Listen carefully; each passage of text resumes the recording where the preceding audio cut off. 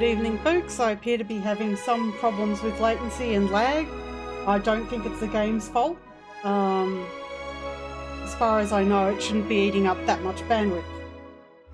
I mean, it's not even an online game.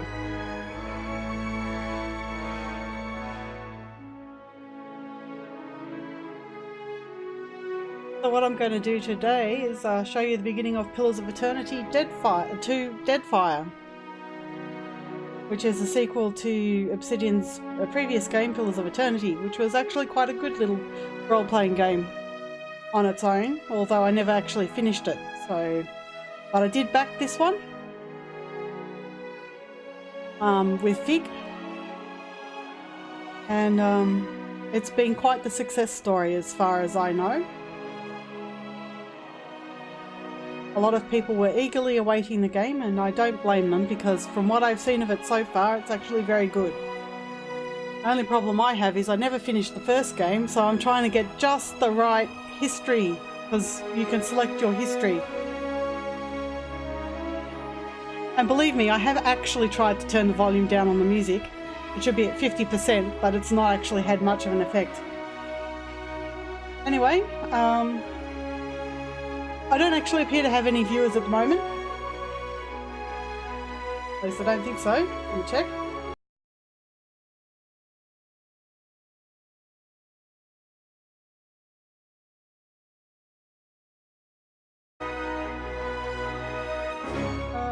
So yes, I have a viewer, which is probably me. I'm talking to myself. Isn't that wonderful? And I can see it's just spazzing out tonight. So I apologise. You'll get a much better experience if you watch the video tomorrow when I've uploaded it, or as soon as I've uploaded it after this. Anyway, let's begin. Start by selecting New Game. Now there's a lot of narration in this, so I will be quiet during those parts. Because it's better for them to read them, because they have professional voice actors, and I, as you know, am not a professional voice actor. Here we go. Right, so new games can be story, relaxed, classic, veteran, and Path of the Damned. So basically increasing difficulty from story. Story's like the most easy, relaxed experience that you could possibly have, especially if you're just interested in the story. It's for players who are more interested in exploration and story development, which is me, really. Relaxed gives you a bit more of a challenge.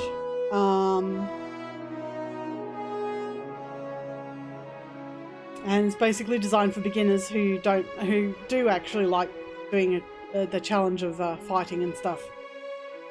Then we have Classic, which is like a standard difficulty. I mean, you can see it's right in the middle of the list. Basically what they designed the game to be. Veteran is for a little bit more difficulty. And Path of the Exiled is if you're stupid.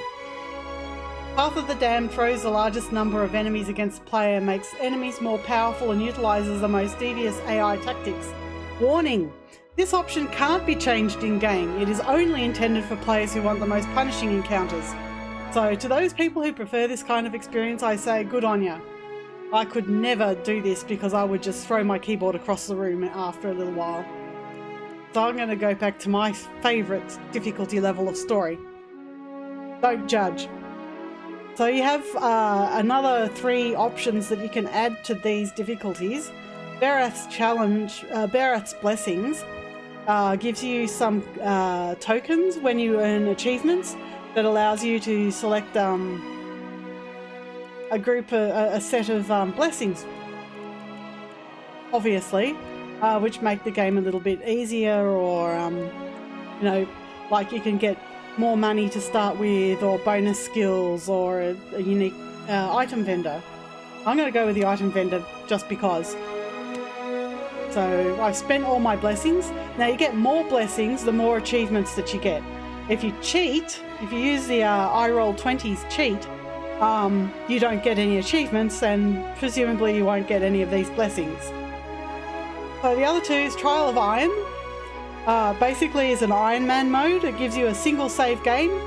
And that's all you get for the whole game, one save. And what's more, if you die, if the entire party is killed, it deletes that save. So no save scumming. And once again, this is an option. It can't be changed in game. It's selected at the start. Expert mode basically disables tutorials and things like that. I'm not going to bother with either of those two because they would spoil my game for me. And so next we have level scaling, which means that the encounters will scale to meet my level as I adventure through the world. You can have it for scale for only critical path or for all of it or none of it. So I'm going with all because it helps. And this will select it so that it only scales upwards. So if you're low level and you go into an area that has quests and monsters and what have you that are above your level, you'll still be in danger of being hurt by that. Whereas if you're higher than the content, it will scale up to your level. So there's that. But we're not going to do that because I'm a wimp. I'm a real wimp. I'm a game wimp. And once again, I'm apologising in advance for all of the lag. I think it's our internet connection because this has happened in multiple games. Although it hasn't happened in World of Warcraft, so I'm not quite sure what the deal is there. Maybe Twitch has something special going on with World of Warcraft that means that it will always stream better. So we'll see how it goes. But as I said, I will be uploading the video when I'm done for the night. And it should be available. And hopefully I will try to stream it again, like next week. I'll try a different time maybe. But I will also be making the videos available. So my plan is to stream an entire playthrough. So let's just say that this is episode 1 and leave it at that. So now we've gone with the new game settings, let's start the game.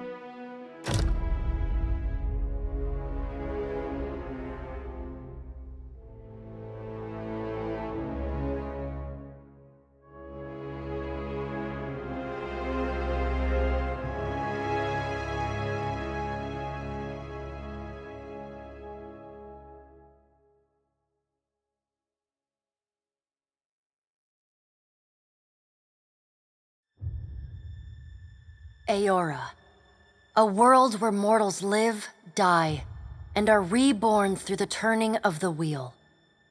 The cycle of reincarnation watched over by the gods and made possible through pillars of a mystical substance known as Audra. 5 years ago, you traveled from your home to the Deerwood, a nation that had waged war against the incarnated god of light, Aethys, resulting in his destruction.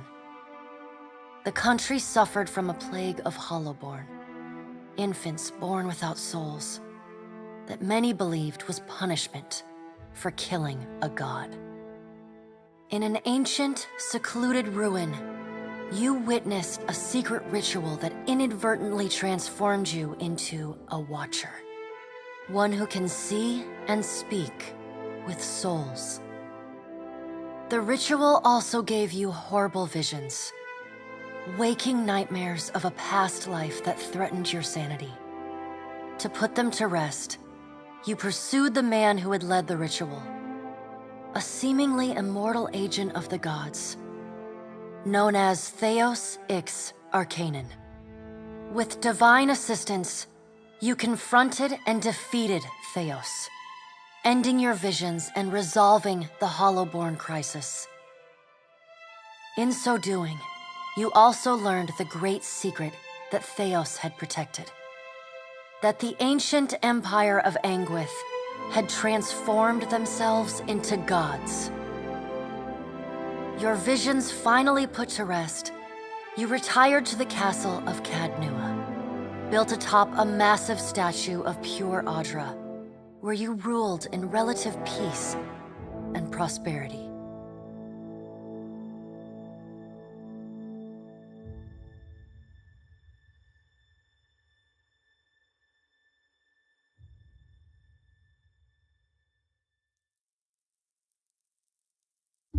Made a nice story.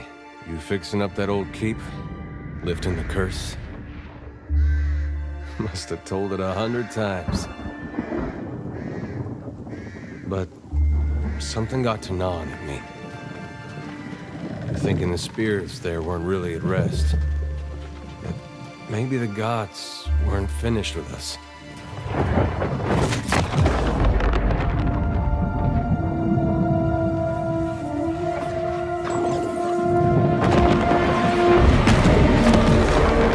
I used to dream that when my god came back, he would forgive us.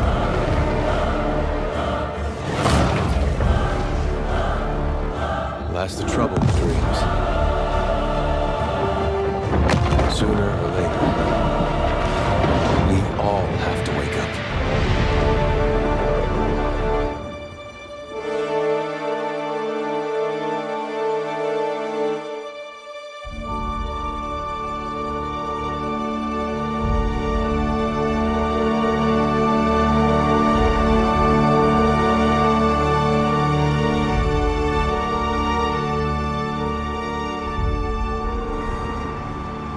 So you wake to a sleepless world, the in-between of life and death. Follow your memories. You have been here before. And I'll be here again because this is the afterlife, the wheel. This is the before you become incarnated again. You have seen past the shroud. You are a watcher now, and a watcher you will stay. And that old dwarf lady was hanging on a tree when she said that. A watcher sees souls, knows their pasts, and the souls see them back. And the watcher also sees their own past lives. You could see anything they've done that might be a bit nasty. A dubious honor, inheriting a fortress both broken and cursed. A soul in a throne. What is a god? Chaos. A higher power? A rewarder of good deeds and punisher of the wicked?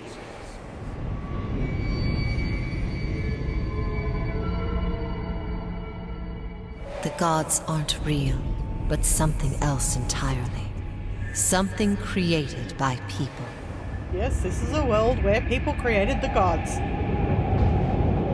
And did you ever consider that these were things you were never meant to understand? That their comprehension is beyond you? Needless to say, the gods really do Let the world exist. see. Let them decide what to do.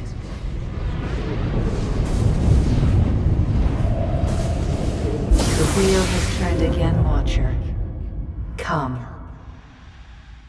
You'd think with a wheel it would always be turning. So, you know, of course it's turning. Of course it's turned. It's going to continue to turn. An aged dwarf shares this strange floating platform with you. His face is creased by so many wrinkles that his features lie buried amid shadowy pockets of skin. Still, the dwarf's well-practiced habits have left telltale tracks of a welcoming rictus across his visage. A welcoming rictus. Well, that's an interesting way to describe a smile.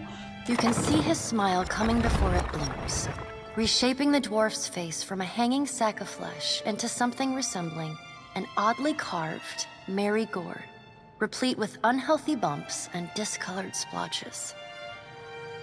Whoever wrote this was a bit flowery, I think.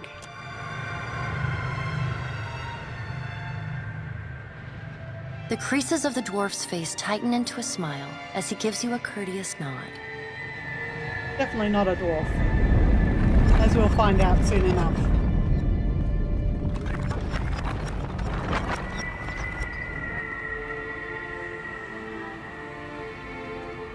Sit.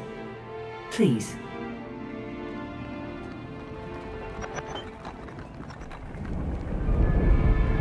Thank you for joining us, Watcher of Cadnua. The gaunt woman seated at the table is clad in time-worn black armor that seems too massive for her to move in.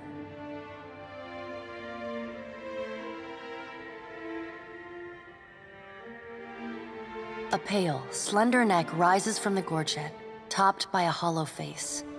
The milky skin stretched across it is delicate and translucent, like parchment that has been scraped clean too many times. She is preoccupied with the arrangement of cards on the table between you.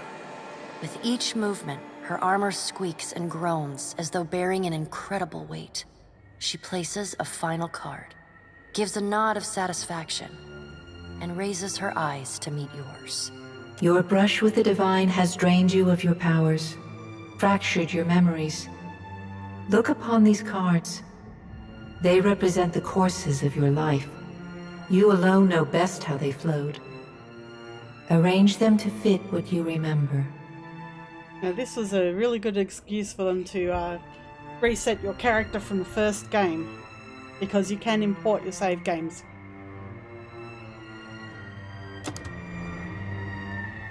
Now, this is where you would import your save, but I don't have one.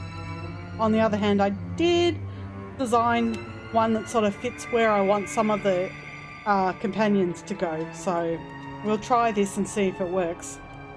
Otherwise, I'm just going to shrug and play the game without worrying too much. Does everything appear to be in order? Yes. Good. Welcome to the Beyond. I am Berath. One half, anyway. She points a finger in the direction of the dwarf who led you here. Though the movement is slight, her gauntlet squeaks like a rusty hinge. Right, so Berath is the god of death, cycles, doorways, mortality, and inevitability, the keeper of the cycle of life and death. Berath is thought to seek to claim the lives of those who have lived past their time.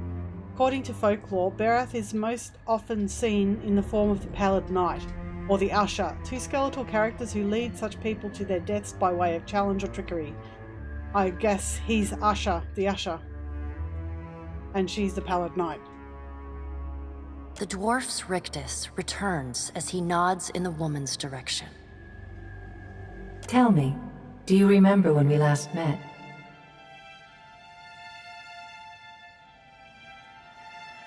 Yes, you do. You have, in previous game, you have met her. You've met most of the gods in the previous game. We're trying to thwart a plan by one of them, and it looks like in the second game it's no different. Just a different god. You came to that tower seeking our aid. You prayed for help in reaching Theos, beyond the Court of Penitence, but would not pledge yourself to me. Still, a pledge unmade stands fairer in this court than a pledge broken. I still did what Berath wanted me to do, and that was return the souls to the wheel, I think. I think that's what I chose. She places a card in the middle of the arrangement. A bell tower with no bell. Her fingertips slowly drag away from the card, faintly creaking as they retreat across the table. You had need of the gods once before. Now it seems we have need of you. What's new? The being that occupied Odnua's statue beneath your castle was the dead god, Aothas. Of this we are certain. What we do not know is what his intentions are. Now, Aothas is the god of rebirth, redemption, dawn, spring, and light. So it's kind of an odd god to be doing something that might bring disaster.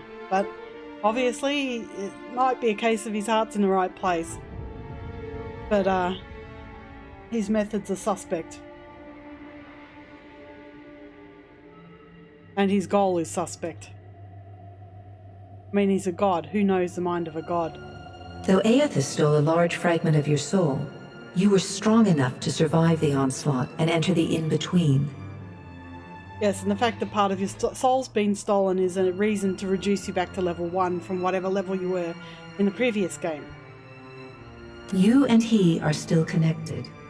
He has chosen a body made of living Audra, perfused with the power of thousands of souls, including yours. It should be little difficulty for an experienced watcher to find him. I'm going to be nice. Am I dead? No. But neither is your body truly alive. Your lungs draw breath, your heart pumps blood, but your flesh is as soulless as a hollowborn.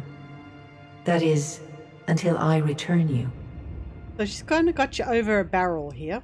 She delicately places a card upright on the table. The art depicts souls flowing out of a pillar of Audra. Okay, so we've got 4 responses here. Well, I'd like to find him as much as you would. He destroyed my castle and killed who knows how many people around it. Or, I've had enough of dealing with the gods, all of you. Why should I care about any of this? Well, I don't know why an intelligent watcher would say that. Then let's get on with it. And like, you know, I don't really care about anything. Let's just get this on the road, show on the road. And it doesn't matter how much you threaten me, I'm not doing this. And being the kind, benevolent person that I am, I'm going to choose option 1. Well, I'd like to find him as much as you would. You destroyed my castle and killed who knows how many people around it. I know. It is my business to know. 322 in Cadnua and your surrounding lands. That's a lot. But who knows how many people he's killed since then. Their souls remain in Aethys still. You have the power to save them. Serve me and I will return you to your body. Or don't, and return to the wheel. Now, I could have the quickest game ever and take the wheel, but then let's get on with it. Taking the wheel just basically is a non-standard game ending. You just get returned to the wheel and you're reborn again, and I don't know what happens. Maybe I'll create a game one day just to see what happens when you do that. Then let's get on with it. Good. Before you return to Aora as my herald, you must remember who you were, the last whisper of life in death. For a moment, the sockets of her eyes darken, leaving the pits of a death's head gazing out at you. When you can picture your own face, the Beyond will lead you back to your own kind, to the world of mortals. Now it goes into character creation.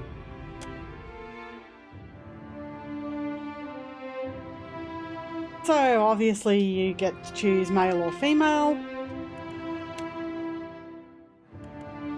Then a whole bunch of races that are kind of fantasy based, but they aren't your standard races. I mean, you've obviously got dwarf and elf and human, but you have our Maua, which are basically giants, giant-sized people who have an affinity for water, apparently. You've got the and each race has a pair or more of sub-races. So our Mana's got Island, which is sort of warm-coloured skins and stuff, and coastal. And really, the island ones have greater affinity for water than the coastal ones. Don't ask me why that is. So we've got them. Got the dwarves. You have the mountain dwarves. And the boreal dwarves. The boreal dwarves are a little bit like the Inuit people. At least they seem like the Inuit people. Come from a place called Nazatak. Each race will give you a set of different ability bonuses and penalties. This one you get -1 dex. They both have the same, but they get a different. Mountain dwarves are a well-travelled race. Their incredible journeys have exposed them to all manner of lethal hazards, giving them resistance to constitution afflictions. Now, I could go into this and explain all of the mechanics and stuff behind it, but I think that would be rather boring, and I'm sure if you're really interested you could probably find other videos that do it much better than I could. So yes, basically just know that each race gives you bonuses and sometimes penalties dependent on the race and where they come from. So then you have the elves, and you have 2 different types of elves. You've got the pale elves, which come from the colder regions of the world, Glamfellen. They're from the polar region, but seldom venturing far north. So the interesting thing about this is that it all appears to be in a southern continent, so it's cold to the south and warm to the north. So They're pale because they come from cold areas, and wood elves are your typical standard elf type. And you have godlike, which are people who have been born with a touch of the gods within them. So you assume that some of the gods will have a hand in it, like Magran, the goddess of fire, would probably have some hand in fire godlike. You have the nature godlike, probably Galwain and other nature gods. The moon godlike, I'm not sure who would do that, but of all of the godlikes, these ones are the most readily accepted because they have some healing energy that helps people nearby. Consider more palatable because of that. And sailors, I'm really annoyed at this. I actually did turn the volume down on the music, and it just seems to be way too loud. I have to fiddle with it, probably with the master volume. Sailors have many beliefs about moon godlike and their propensity to bring luck, though there is little agreement as to what kind of luck they tend to bring. But there's them. There's the fire godlike, as I mentioned before. The goddess of fire probably had a hand in their creation. The thing about the godlike is that they're born infertile, so they can have no children, obviously. And the death godlike, probably Berath, has a hand in these, and they're pretty yuck to look at. They're pretty ugly. So you've got the godlike, you've got humans. There are 3 different variety of humans. The meadow folk, who come from the plains and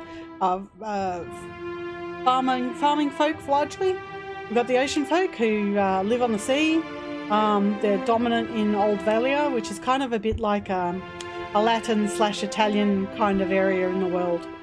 And then the savannah folk, which come from the Deadfire archipelago. So they're sort of, I guess, Eastern? I don't know. Eastern, black and white.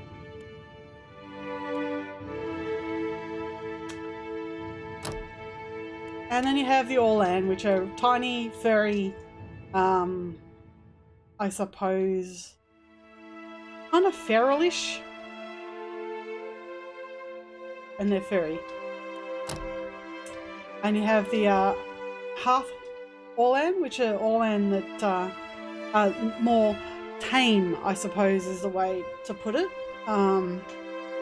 They have less fur on their faces and bodies, and they receive they're sort of more civilized, I suppose, of the two sub-races. You've got the wild Orlans, which have more fur, and wild Orlans are the original Orlans who lived in the deepest forests and jungles between the tropics. While they have only been significantly separated from Hearth Orlans for 1,000 years, they are easily distinguished by their hairy faces and bodies. They have little ears that twitch and do animal-y-like things. So they're common in the deep trenches of Ire Glanfath and rarely encountered elsewhere. I thought I'd have it all planned out and make my decision about what race I'm going to be, but I think I'll go with a human elf.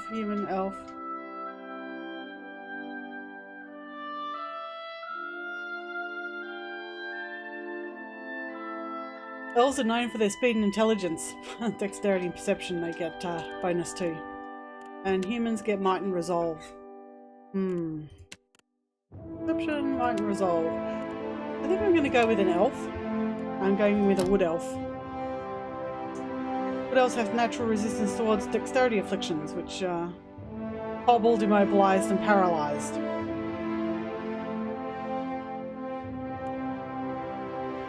Okay. Now, this is interesting because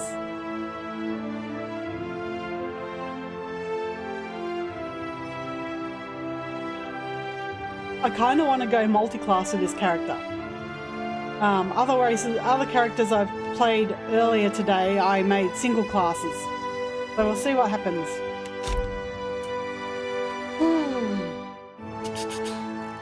fighter. I can go through and explain these. Barbarian is barbarian. We know what a barbarian is. Barbarian is a barbarian. Chanter is kind of like a bard. Oh, what? Variants. Ignore Neil. He's making jokes again. Chanters are basically like bards. They work by, they have sort of like chants that they say throughout a combat that has different effects. And they also have some limited sort of spell type abilities. This is like a spell tree. Or are these their chants? That's their chants. They weave the chants together to have different effects. But as I said, I'm not going to go too much into the mechanics of it because I'm in it for the story, and I'm doing this playthrough to basically share the story with people who might not actually play the game.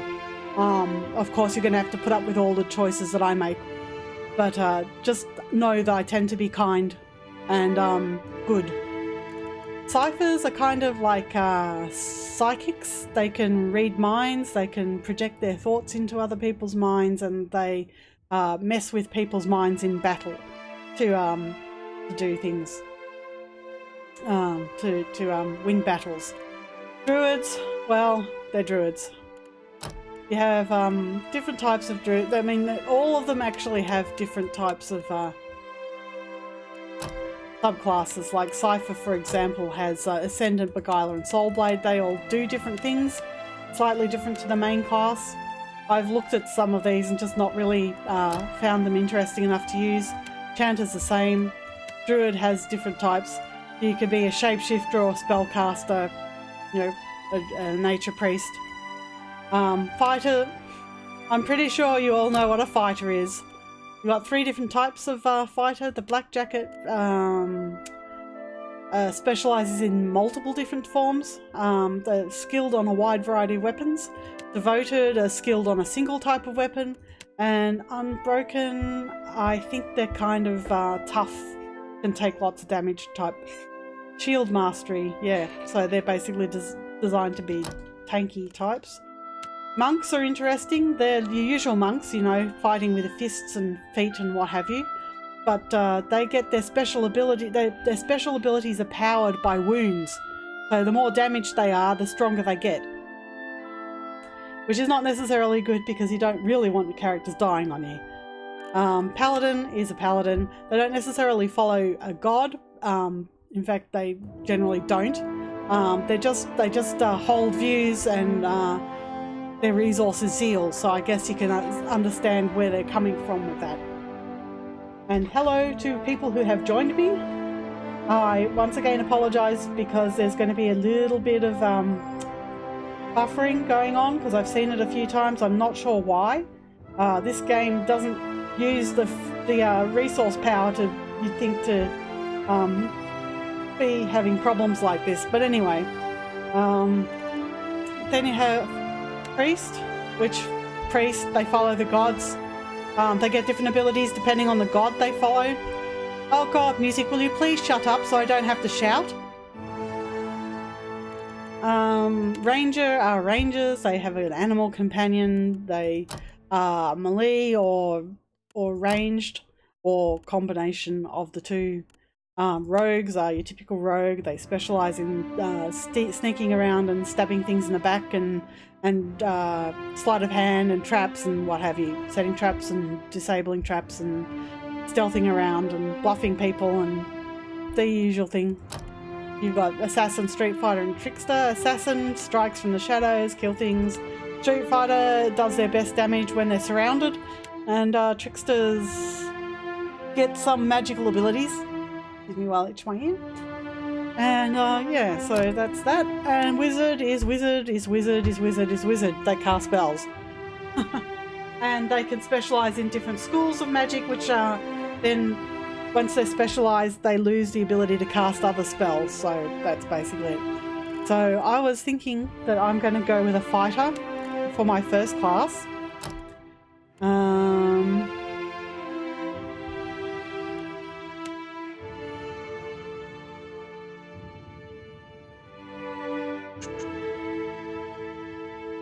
think I'm going to go with a devoted.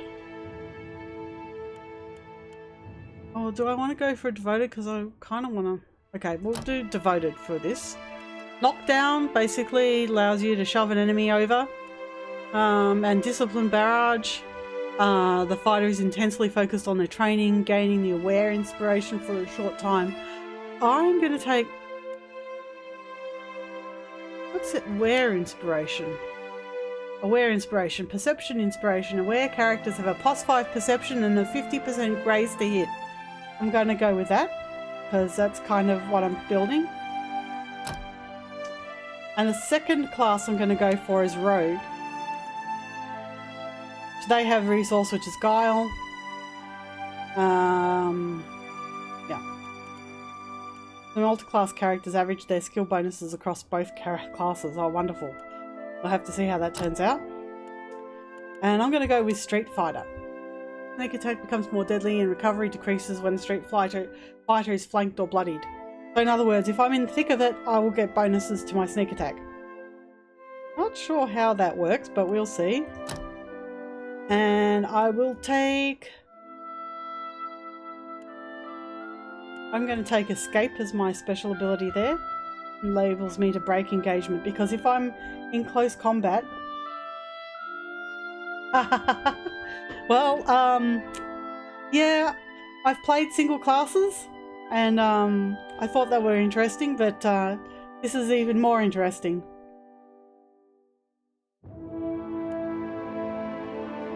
So I'll go with Escape, because the idea with this character is that they move around in the fight.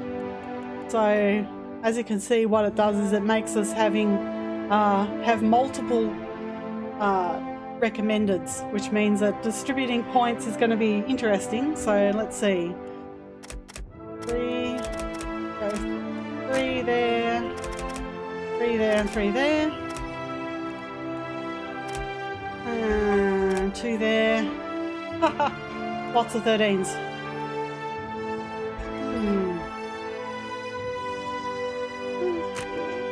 Oh, why have I done that? I don't need that. I don't need that. Go back to 13. The 2 15s, 13s. Right. I think that should do. Not entirely sure what I'm doing. So each these stats are basically similar to what you find in Dungeons and Dragons. You've got strength, dexterity, constitution, intelligence, wisdom, and I don't know whether that's charisma, but it's kind of your will. I guess it's perception and resolve are a combination of wisdom. Make wisdom. I think charisma is up to the player. Right, so now I get to choose where I come from. Almost all. See, this is intellect. So these give you extra things like +1 resolve, +1 dexterity, +1 resolve, +1 intellect, +1 constitution, +1 might, and +1 perception.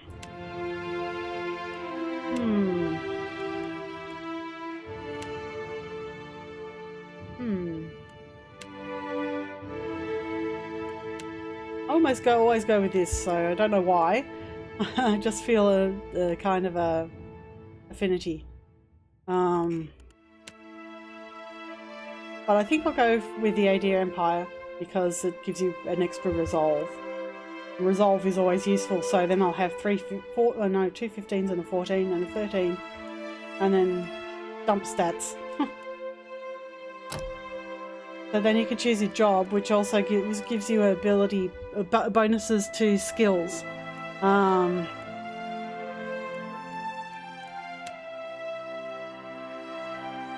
I'm going to go with Hunter just because it gets +1 mechanics.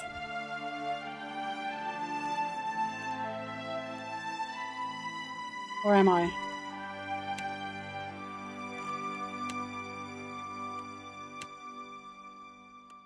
Okay, so colonist, dissident. I don't like having intimidate, but you've made your name for yourself as a troublemaker. Sleight of hand. Bluff, streetwise. Not bad. I like mechanics. Survival's useful. Athletics. Streetwise, athletics and intimidate. Streetwise, bluff and diplomacy.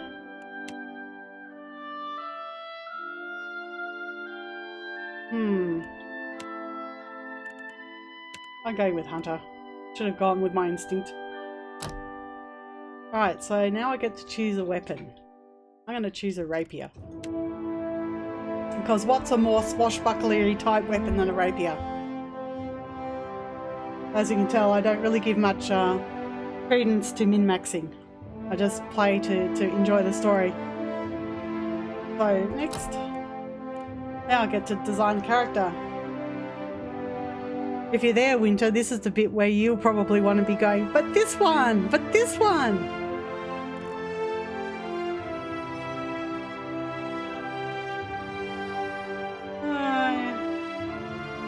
Let's see. I really like this face, but I don't think it works with this for this character.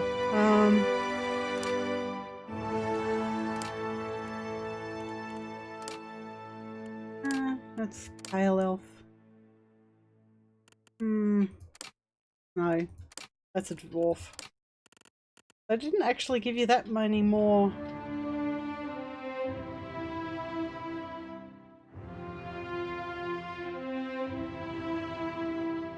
Didn't give you that many more faces to choose from. Now I have got the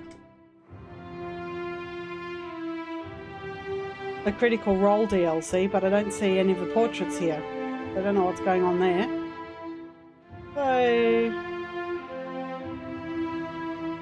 well, let's see.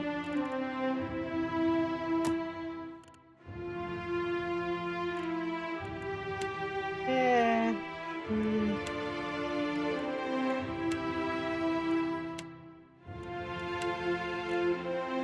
Closer to the right colour. Leave her skin where it is. That's secondary. Go black and red. So you only get a choice of 3 different faces. Oh.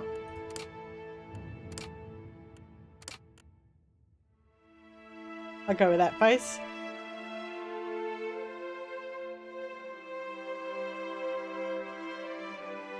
And it's funny that they give you so many choices for hairstyle, but none of them match the portraits.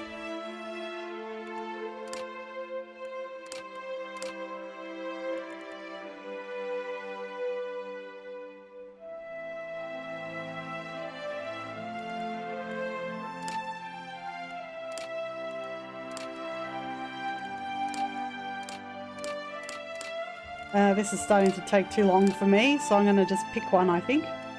Where was I? Kind of like that. Yeah! Go with my usual choice for voice. And go with roguish, because she's a rogue. Now we have to give her a name, so...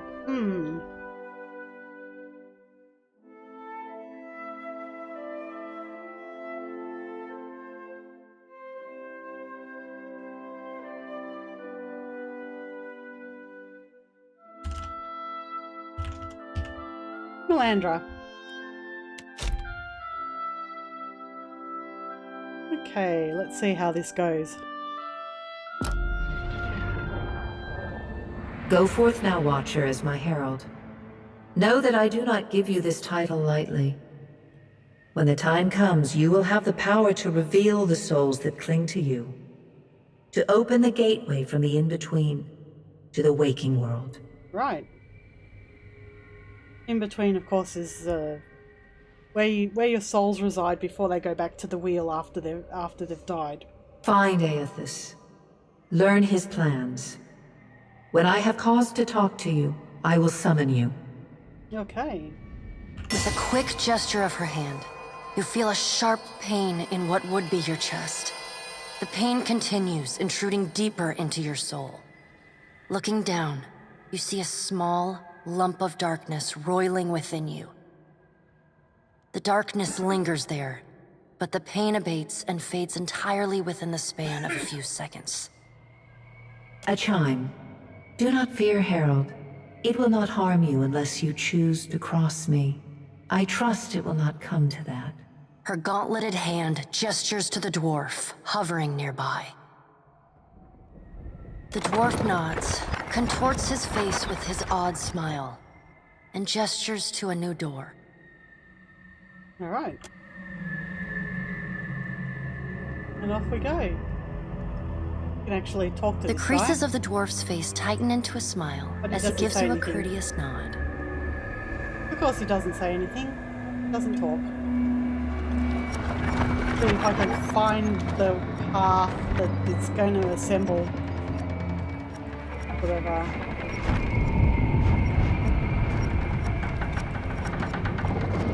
There we go. And here. And then here. And then over here.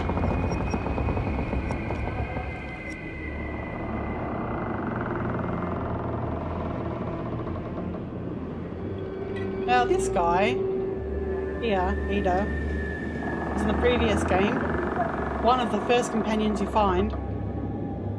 The first one you recruit is Aloth usually, and he's usually the second. And this is a steward, which is a soul in a statue that used to be part of your keep until it got destroyed. And now it's part of your boat. And that's me. That's my body.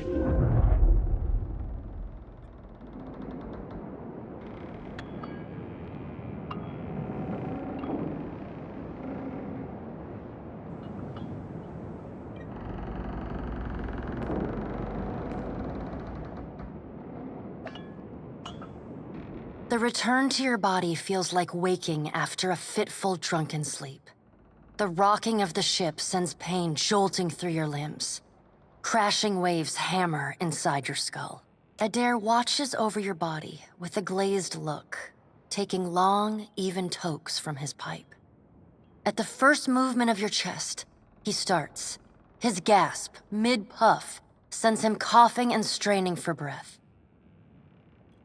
He's actually the first companion you meet in the first game, because you usually walk past him when you get into the first town, but he's usually the second you recruit. No, there's no way. You're awake. What are you doing awake? How are you feeling? Who are you? But I know who he is. This is a requirement for being a mystic. This needs a requirement of being a philosopher. So presumably you have some sort of quip that you can make if you've got either of those as your previous profession. Alive. I'm in a lot of pain. Weak, but I'm sure it'll pass. I'm going to say alive, because that's the sort of thing I'd say. Alive's a big improvement. I hate to cast a pall over your recovery, but I'm afraid I have some bad news for you. What? I've just woken up! Seriously! You can't wait? The voice echoes from inside the bust. The remains of the steward of Cad Nua. Cad Nua has been destroyed. Aethys possessed the statue of Maros Nua and rose from the ground, consuming the souls of all nearby. It is only by the exceptional strength of your soul that you survived. And even then, just barely. Yes, well, I don't have my whole soul back anyway, so... The further Aethys withdrew, the weaker you became. We chartered this ship and followed him to the Deadfire archipelago. Yes, so he's got my soul, so the further away from my body, the weaker I got. Now Barath has done something to help me. I know not how, but it seems he has retained a piece of your soul, and proximity to it has brought you back. How could you know all that? You've been faking on us. He pokes at your shoulder with one finger. Misfortune's brewing topside. Magrants fires the captain stirs. An older man with ale-sour breath rubs his bloodshot eyes and stares at you. Oh dear. Engrim, the smell of drink on your breath could wake the very dead. Now what's this about? Pirates. They're demanding parley with you, Captain. Oh, great. I'm not even awake yet. I haven't even had my first cup of coffee. Come on. Give me a break. I know this is asking a lot, but you better arm yourself and get on deck. Should be some gear in there. He indicates a nearby wardrobe. Well, this is the game proper. A few little tutorial bits, and then we get marooned. But anyway, you have to go through that every time you make a new character. Let's see. I'll take my rapier, and my armor, and my money, and my All cape. right. Now make some use of it. And it puts me into my... let's put my armor on, and put my sword in my hand. And it's showing me the tutorials, so I'll just that off and... The pirates of Deadfire are notorious. I suggest you deal with them quickly. Okie dokies. How'd I go?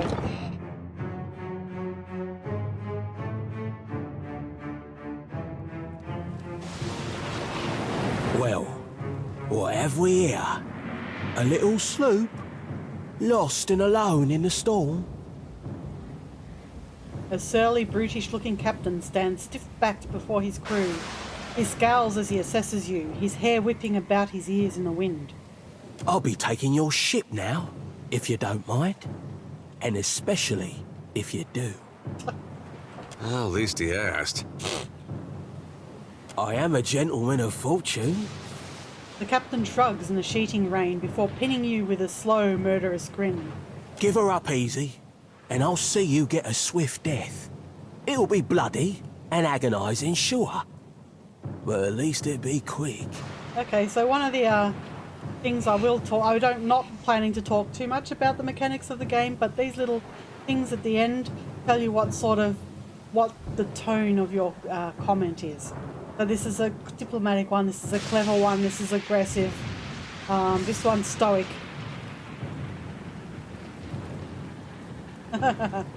Let's see. Okay, so this character is a swashbuckler. I think she's going to go with a clever response. So she's going to be a smartass. The storm's pretty loud. Did you say you're surrendering? How strange. And then he's going to wear his breeches on his head and dance for us? Did I hear that right? Aye, but the breeches are gonna be stitched from your skin. Ah. You got a smart mouth on ya. Careful. That'll get you killed faster than any blade. Fish grins to show crooked teeth. Listen up, mates. He cracks his neck as he addresses his crew. I'm off to spear me a bigger fish. One with sharper teeth like. I'm trusting you lot not to cock this up. Don't damage the sloop when you take it. Play with the crew if you'd like, but don't bring me any prisoners. None that are alive. You had bandwidth! After him! Right, so I only have myself under control at the moment. So that's Visage of Death's Herald. Use your watcher powers to gaze through your target's eyes deep into their soul, temporarily frightening them. I'm going to give that a try. On this person right here. Yes, I know about combat. So now this is a frightened pirate. This gives me... Defend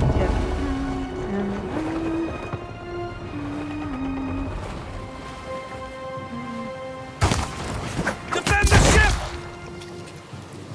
Oh well, look at that.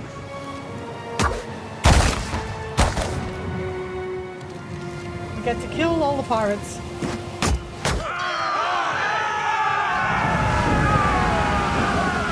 Storm's picking up! Take cover! I guess the idea was for the pirates who jumped onto the ship to take it as a prize when they'd finally killed us all. But that didn't happen.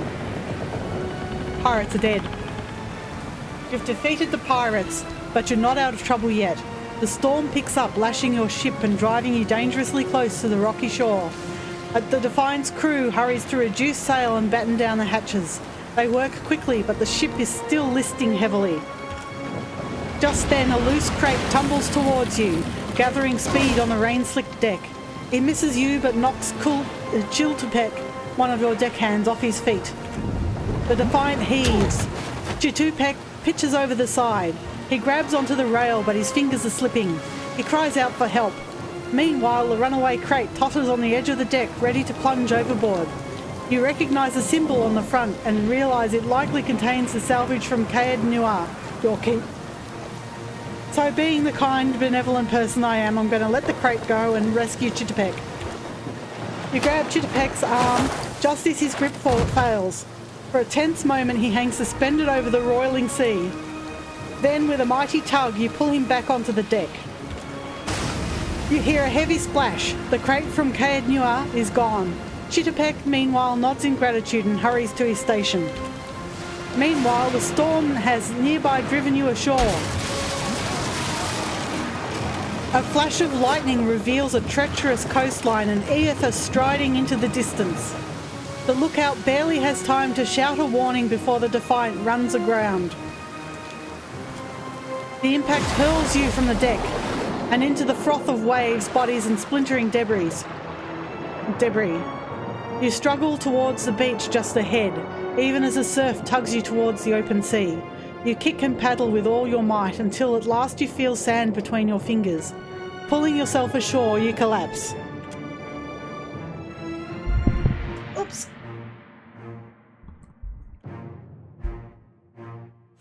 I just almost pulled the microphone off the desk.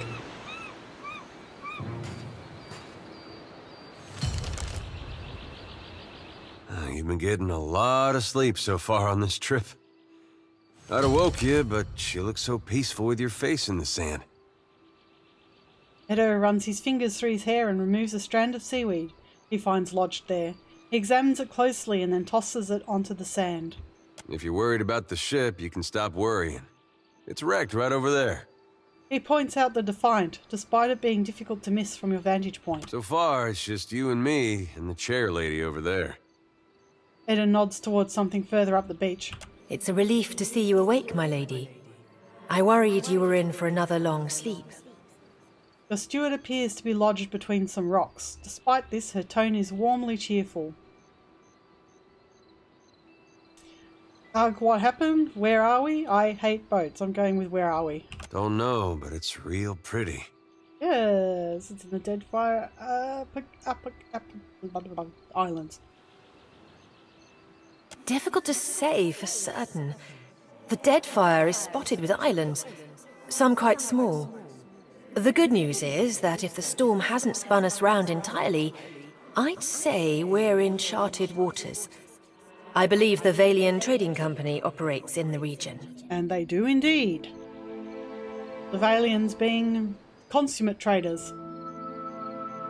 Hence that little visit from that wretched pirate captain. So, I'm going to be a bit of a smartass here and shout, "Any help here, Bereth?" There's no reply save for the calling of gulls and the constant crash of the water upon the shore. I'd shout for Aethys, but I'm worried he'd hear me and come over. Yeah, that could be a problem. So, can we patch up the ship? I'm afraid I won't be much assistance in that regard. And not to doubt Master Adair's capacity, but even he would need supplies. That's true. Steak, especially. Patching the hull is only the start. You're going to need help getting the Defiant out to sea again. And a crew, for that matter. Let's see about the other survivors. And somehow we gotta get the ship repaired. I don't want to be paddling out of here on a salvage raft. No. For now, I'd say your best bet is to find some sign of civilization. If nothing else, we may be able to hire on a shipwright. Whoever did this, somebody didn't pace this out right. It may be able to hire on a shipwright, is how it should be said. My lady turned to us. Okay, so I'm not sure whether this cuts out, but she said, "My lady, if it's not too taxing, could you explain how it came to pass that you were returned to us?" The backup started. "My soul passed into the beyond, and Barath gave me a choice: find Aethys or die. Barath has given me a sacred duty. I'm to hunt Aethys for the other gods. It turns out the gods are too dumb to figure out what Aethys is doing, so they sent me back to figure it out. And 4. Squint dramatically while looking out at the ocean. I've returned as Herald of Wrath. I'm on a special mission to find Aethys and learn what his plans are. And that's the one I'm going for because I'm a smartass. Sure. I suppose if any mission could be considered special, it'd have to be this one. A perilous endeavor indeed.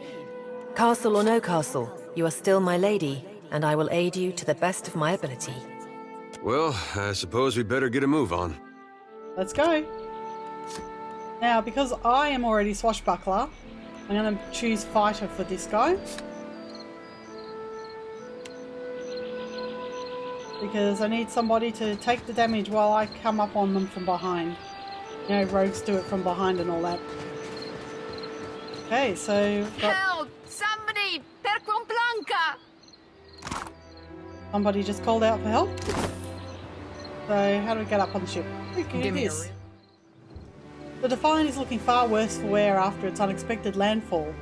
The hull is splintered in several places along the keel, while the tattered sails stand as evidence of your battle with pirates. The deck of the Defiant is well out of reach from here. The ship groans like a beached whale each time the waves roll in, but doesn't seem to listing any further. You may be able to climb up. So scale the hull by hand. And, ooh, might not be able to do it. No, I can't do it. I cannot climb up. Stay put for now. Challenge. Alright. Gotta get up to get her, so... Consider it done. There we go. Rope and grappling hook. Neither of us had enough might. You need 16 might to be able to climb up, I think. Rope and grappling hook. Use your grappling hook. Use the grappling hook to climb. One good throw and the hook sails up and over the rail, catching firmly. A few tugs suggested it would suggest the grappling hook should hold fast, so I use it to climb up. The rope makes the ascent considerably easier, and soon you find yourself climbing up over the rail. I got this. Let's go rescue this one. You're looking better, Casita. That, or I'm worse off than I thought. Casita is a Valian term for captain. So the Valian language sounds vaguely Italian/Spanish, mostly Italian though apparently. What they were going for.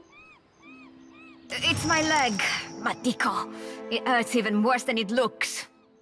Irena's leg bears a bloody gouge along the length of her shin, and the swelling around her knee suggests a nasty break. So we have... What happened? Have you seen anyone else craft a splint from the debris? And hang on, I'll carry you back down. This requires might of 15 and athletics of 2. Yes. That means survival 2. Yeah, that's athletics. Might, athletics and survival. So I'm going to ask her what happened. I was a stubborn Postinaga. I was trying to fasten this mess down when we struck shore. Barrel rolled right over my leg. Ouch. Everything we've been through, and I'm nearly done in by a cask of rum. Yeah, that's pretty funny. Have you seen anyone Funny else? thing, it's hard to see much from the underside of a barrel. So I'm going to craft her a splint, since I think that's probably the easiest.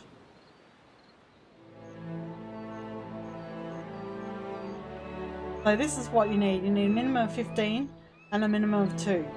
And this needs a minimum of 2. With myself, I have 2, and with my party, I have 3 more. So that's 5, which will easily meet that requirement.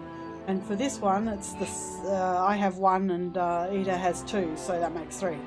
So just do the splint, because that'll be easy. I wasn't planning on going for a run, Casita. Rena watches you work with obvious relief. Once you're through, she gives the leg a tentative stretch. It still hurts, but I can manage from here. Agrasima. That's grazia. Thank you. Have you found any of the others yet? Not I'll yet. start a fire.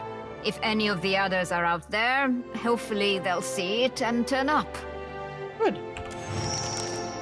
Now can I actually... No, it's going to put me back on the beach. No? I didn't. I didn't actually try this before. I didn't really explore the rest of the ship, but looks like it won't let you. No, F. F for fast mode. Give me a And we're going back down. From the prow, the sandbar seems deceptively close. Climb down. real challenge. Alright, so here we go. That's a statue. That's a dead body. We can loot. I can hit shift and it will illuminate things, tab, and it will illuminate things I can loot. And also things I can interact with. Like the spirit here, I'm not sure if you can actually see it very clearly. But I'm a watcher, which means I can speak with souls. And this is a soul. Probably one of these corpses. Hope the rest of those sodden bastards made it. Yeah, well, we can only try. Oh, look, ale. Food. I got this. I got this.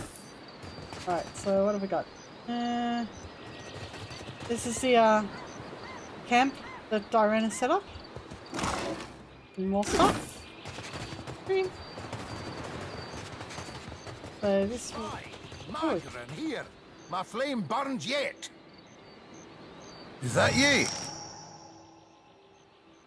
Elder Engram appears to be in sound condition, though his wax jacket is soaked through. He appraises you with bleary-eyed amusement. You woke just in time for the fun. Fighting off motherless raiders one moment, flung into the freezing depths of Ondra's bosom the next. Engram's eye twitches as he flashes a smile, notable for its extraordinary absence of teeth. Aye. Magran learns us poor bastards that a little excitement's good for the heart. I'm not a Magran priest.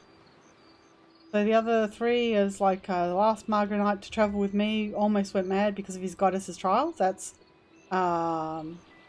that is a symbol that means that this is a choice that's affected by what you did in the first game. Even the gods can't break me. I've had enough trials for today and say nothing, which is kind of a stoic response. So I'm just going to say the last Margaronite to travel with me almost went mad. Aye, but almost mad ain't fully mad. Ah, old Durance. The goddess shan't forge another like him in our lives, Captain. There's nae getting the ship back underway without repairs. Yonder road inland seems the best chance of that.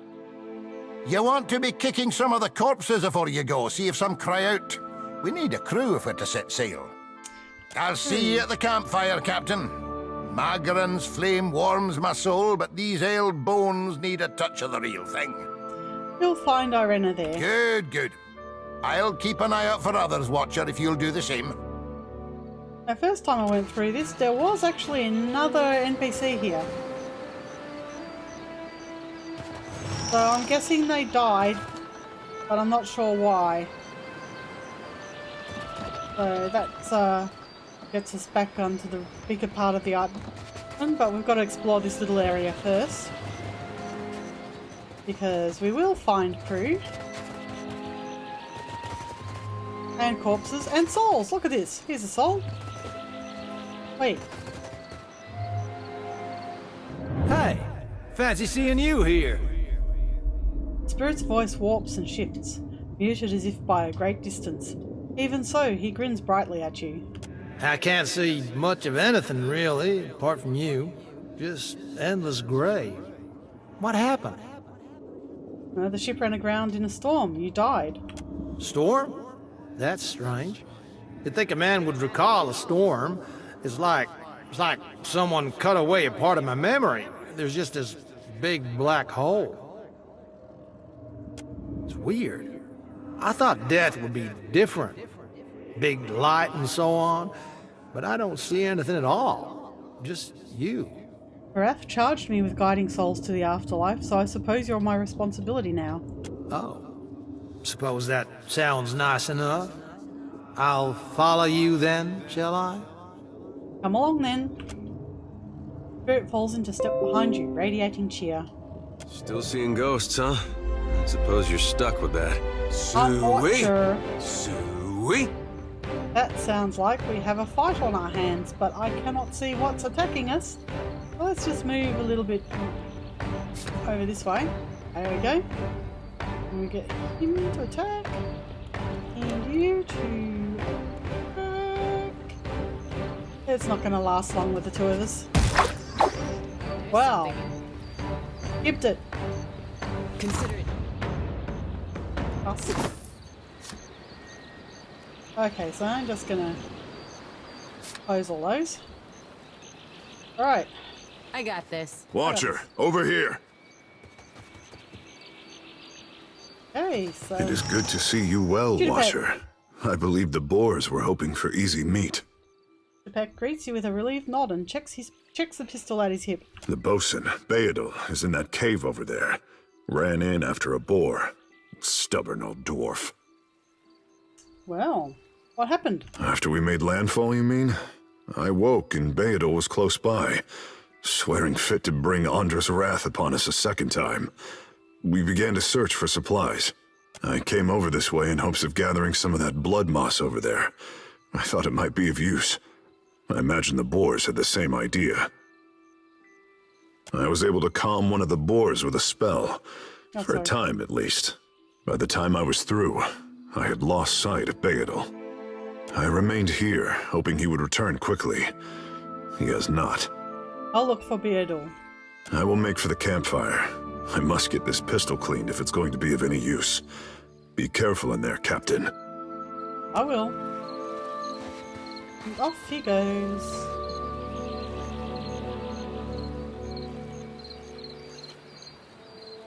Give me a real challenge. Vamos. Sure. Oh, it's pretty. It's very pretty. Sea cave. Which is not so pretty, but you'll see.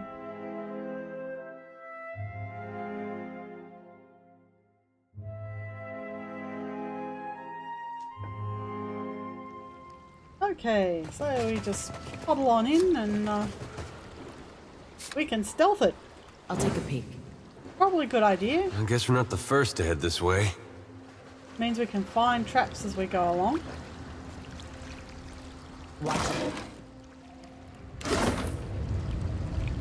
So lots of stuff. So we're looking for... Consider it done. A particular NPC, Beadle, plus any loot we can find, particularly supplies. Oh, it's a cave beetle. So what I'm going to do is I'm going to get him over there, and he can start attacking while I move in here. He's going to kill it before I get there. Absolutely. Bullseye. And it is a dead bug. Right here. Okay, Easy does so it. Leave it to me. Sneak around a bit. Trouble. Hey, skelling bones. I'll teach you a lesson. Probably gonna get... Looks like it hurt. Ouch. Nice. Watch him. Saber and a shield. They'll never know I'm here. They'll never know I'm here. Some cave coral? Well, yes, I have been through here before. Show them how it's done. Oh dear. That's how it's done.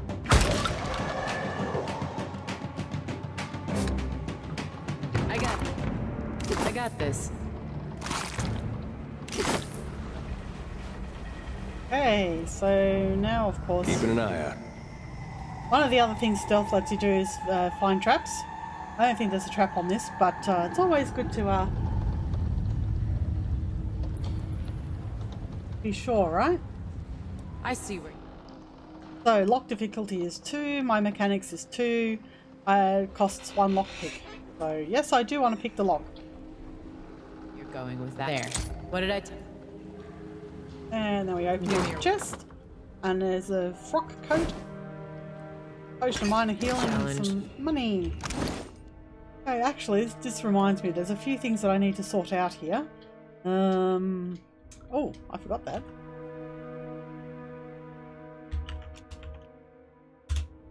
There we go. I have my cosmic cat. I'll put it in my pet area. Okay, so weapons. Well, I've already got my rapier, so I don't want anything else because I'm specialised in it. Yeah, I don't. I've got better armor.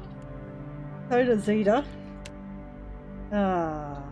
Cloak of the Obsidian Order. I may as well have a cloak. And I have a captain's hat. Got a golden ring and a cloak of Barath, but I'm not going to wear that one. What's this? That is spark crackers. Bomb. So I can put that in my quick items. You put those in my quick items too. And I can also put potion in my quick items. That's food and drink. Bigger ones count for ship supplies. So I actually have a pet cat, a pet bird, a pet pig, a cosmic pig. So I can also have cosmic bird and a cosmic dog. These are not cheats. These are just items that special items. Oh, that's interesting. Luna gives +1 dex. Comet gives +1 might. Orbit gives +1 perception. Cosmo gives +1 con. Stinky Peak gives +1 resolve. Beakhead gives +1 intellect. Ooh, it matches my eyes. Matches. Might, con, and resolve. So might, con, and resolve. So do any of these give resolve? Yes, Stinky Pete. That should make my resolve 15. There you go. Right. Is there anything else here for me to loot? Nope.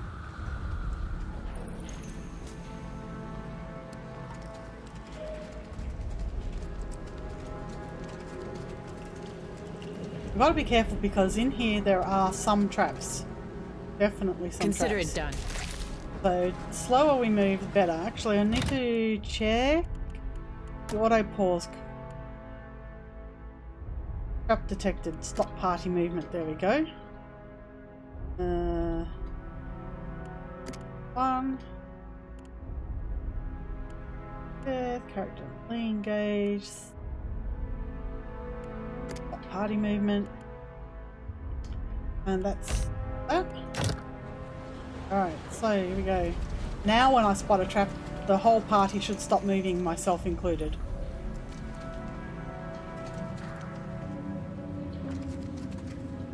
Those traps are over there, I think, somewhere.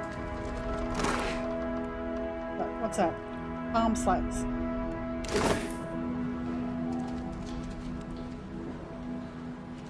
Whoa, whoa. Oh, yeah. I move him over there. Move her slightly closer. Look. Oh no. My pleasure. And he knocks him down. And what am I doing?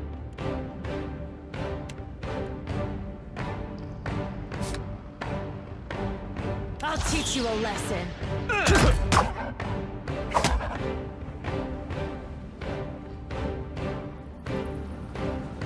Of course.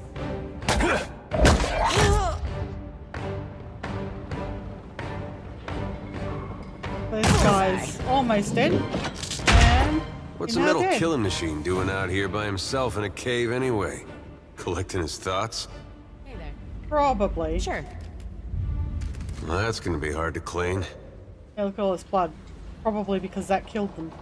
Give me The ring of minor protection, lockpicks, and some gold. So I think she's going to wear that ring.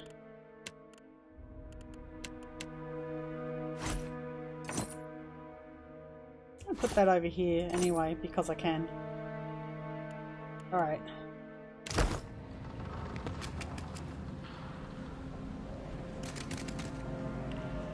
I got this. I got. That's ink harp, which is a type of mushroom by the looks of Consider it. it done. Dozen paintings, mildewed and worthless, line the walls amongst the broken bottles and rotting That wood. art looks about as good as it smells at this point. Yeah. I got this. So, quill leaf, Obsidian Flake, and Arak. Alright, so let's get back into Sneaky. See the traps there?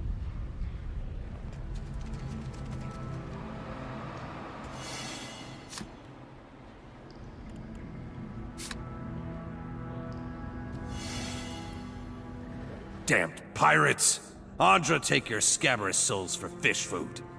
And this is the dude we're looking for. You get any sort of mini-map? Yes you do, but not in conversation.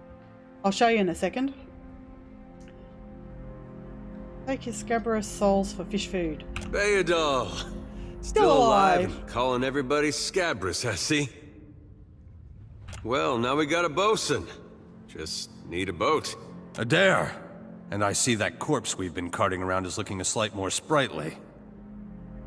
Good to see the two of you, but mind your step. I've got myself in a spot of trouble. Of course you do. Been trying to find a way past without losing a leg or getting a face full of poison. I can take care of a few traps. Well, they sting something fierce, so mind yourself. So now, what I'm going to do is collect... Ah, yes, you want a mini-map? This is the equivalent of a mini-map. So if I want to look at the map, I just pull up the map.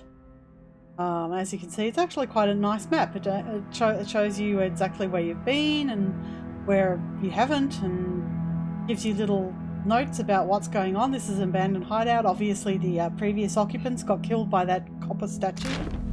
And here I am now going to... I got this. Isn't this? Detecting traps. Give me a real challenge.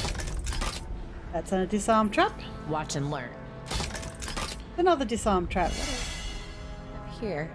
Now, of course, he can detect me, so that's why I'm coming as show. I got this. I got...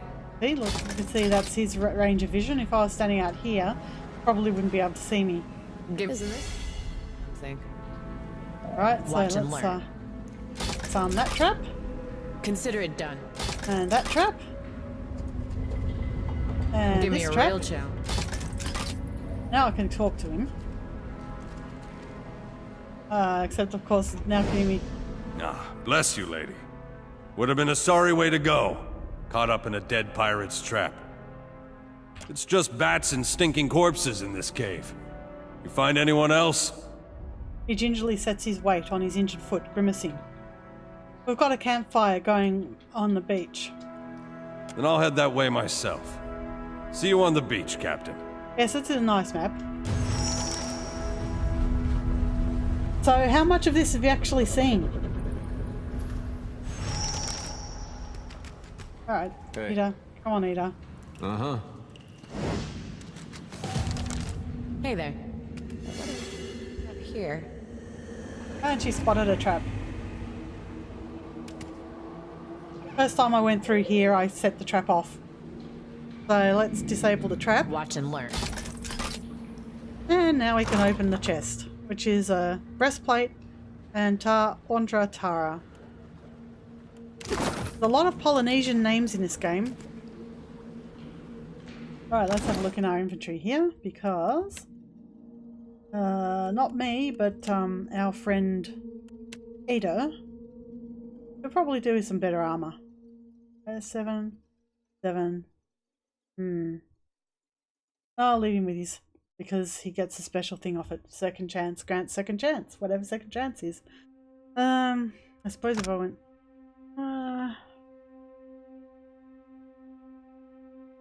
okay. Peter wore this armor during his time in the Saints' War. Its dark color is unusual as its power, though he admits that the armor has pulled him... Yes, I know. I had a feeling that you probably did. The armor's pulled him from the brink of death on several occasions. He claims that no one else has ever handled the armor. How it became enchanted is a mystery to him. Okay, so second chance. Revive. Oh, yes. Once per rest, he can revive himself. Okay, yep. And he smokes. Haha. I'm guessing that smokes. That night market amulet. Ah, secret worship. He worships Hey there. Eothas, He actually worships the god we're running after. Now, I've been meaning to pull the master volume down somewhat.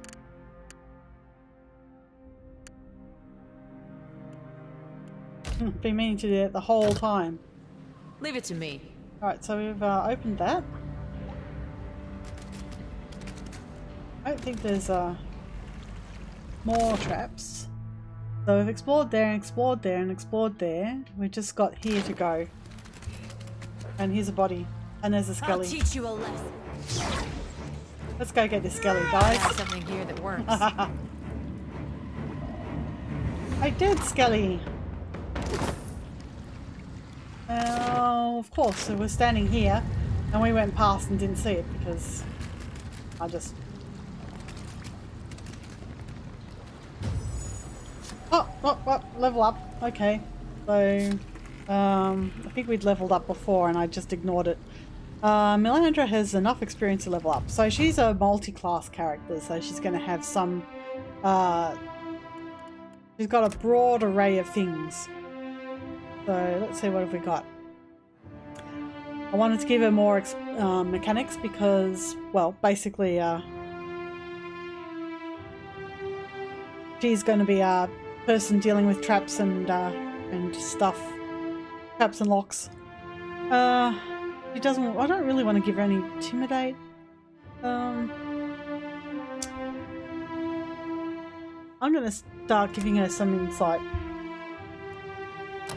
Alright, so now this is a combined ability tree? No, it's not a combined ability tree. So, get to choose something, one ability off these two lines. That's unarmed training, don't want that. Arms bearer, gaining a note, don't want that. Fast runner, that's not bad. And what about rogue? The arms bearer, monastic unarmed, fast runner, defensive roll, backstab,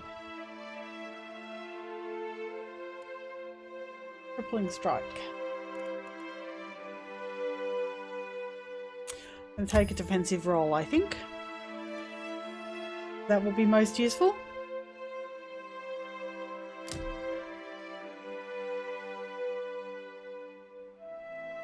Alright. So that's us. Now we have to do Ida. So...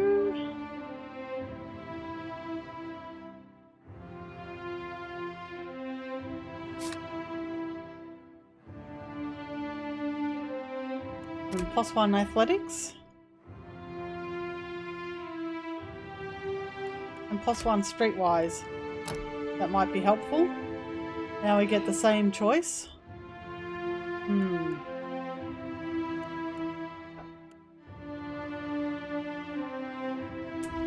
an additional weapon set. I think he already has 2. I'm not sure though.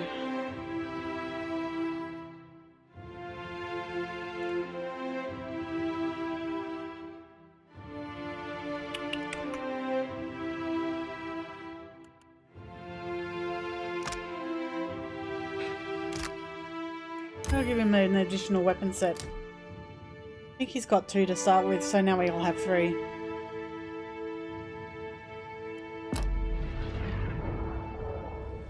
So if we go inventory and we look at Ida, he will have 3 of these. Means that I can, if we have one. A warhammer. And a medium shield. Actually, no. Oh no, I'll leave that. Realise we have guns.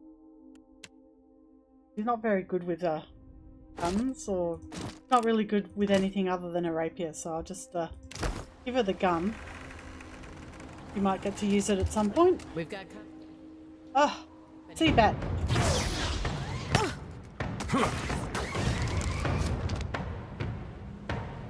Okay. So let's easy does it. Move him slower. I want to experiment with something. I got this. Alright, now I guess I'm not going to get to do that. So this is a, when you look at the map, this will say it's a underwater passage. The waters here glow an eerie blue and the cave glistens with reflected light. You can just make out an opening in the cavern wall to the northwest where the water flows onward. The tunnel seems to extend a short distance before turning sharply, but you cannot see where it leads. I'm going to send someone to scout ahead for air pockets. And I'm going to send Ida because he's got 3 athletics. Ida sets out at a good pace, cutting through the water with confident strokes. Nearly to the far side of the tunnel, Ida finds a space to come up for air. With a place to rest along the way, the swim should be more manageable. So I get to swim through too. Air pockets provide a much needed reprieve as you make your way through the cramped waterway. You make short work of the journey. You come up into what appears to be another smaller cavern where sunlight streams in from an opening in the stone. As you will see, leads out, because that's it. It's not much more to this. If we have a look at the map, we'll see that it's down here. This is where the rest of the cave was, and this is where we swam to. And now we go outside and see what's out there. Because you never know, there might be a ghost. Oh look, there's a ghost! Told him not to bring that thing in there. Didn't like the look of it one bit. But no one daren't speak poor of his precious animancy tech. The ghostly figure paces the length of the small outcropping with quick, deliberate steps, muttering to herself all the while. Her long cape flaps with the wind that blows from the in-between. Special gift from his contact, he says. Now it's acting all weird. Gives me the damn creeps. You feel it too, right? Like it's looking straight through you? She turns piercing purple eyes on you. She shakes her head and resumes her pacing. Came out here to get away. Couldn't stand it staring at me anymore. Then... Oh, my memory's fuzzy. Anyway, you want a Benwifts? Haven't seen you for, but he's been bringing all sort of new folks on lately. Can't hardly keep track. So... that's perception?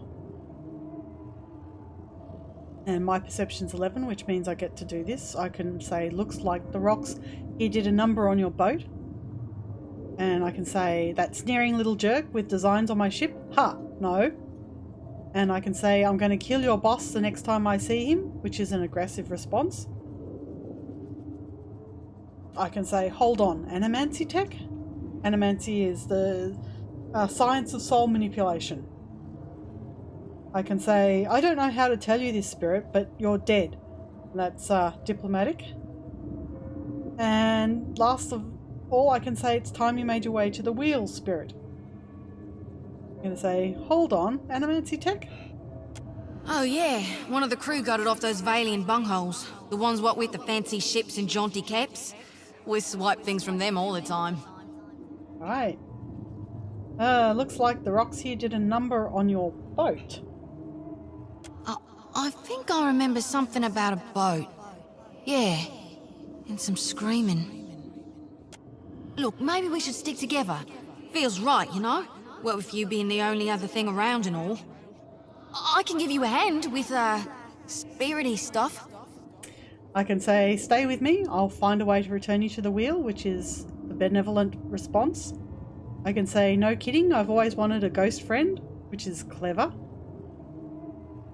I can say, do what you like, which is stoic. I can say, I'm a watcher. I've got the spirity stuff covered, which is rational. And I can say, sorry, my entourage is full. I'm going to say, stay with me. I'll find a way to return you to the wheel. Yes, a ghost. I can see ghosts. I can interact with them, as you can tell. I tell you, mate, I'd take anything over this endless grey. Even Remagon's frosty arse crack. The spirit tries to give you a friendly pat on the shoulder, but her hand passes right through you. Unperturbed, she grins and walks along behind you. That's the second spirit I picked up along the way. And here is a chest that is not trapped. Gun, potion, stun bomb, and money. And Consider it done. a foul, briny stench rises from the sodden crates, their contents rotten. Alright, so there's no way to get out of here except for going back by the way we came. Have you guys been having some buffering issues?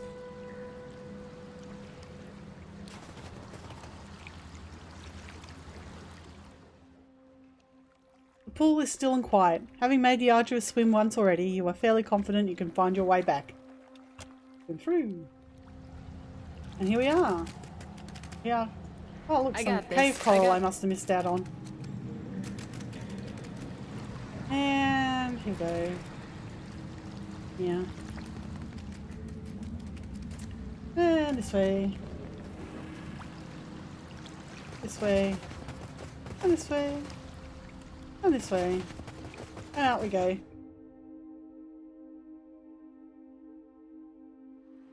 Okay, so we've explored that area. Now we're going to come back up this way and find another ghost. Didn't think death would be so boring. Well, sadly it is.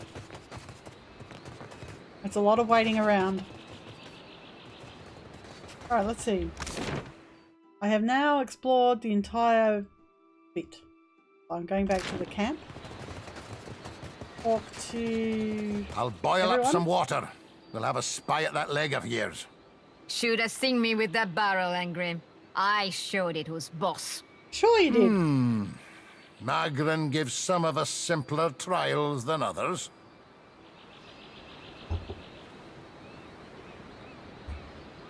Ah, forgot my antidepressant. Right, okay. Alright. See. What a mess.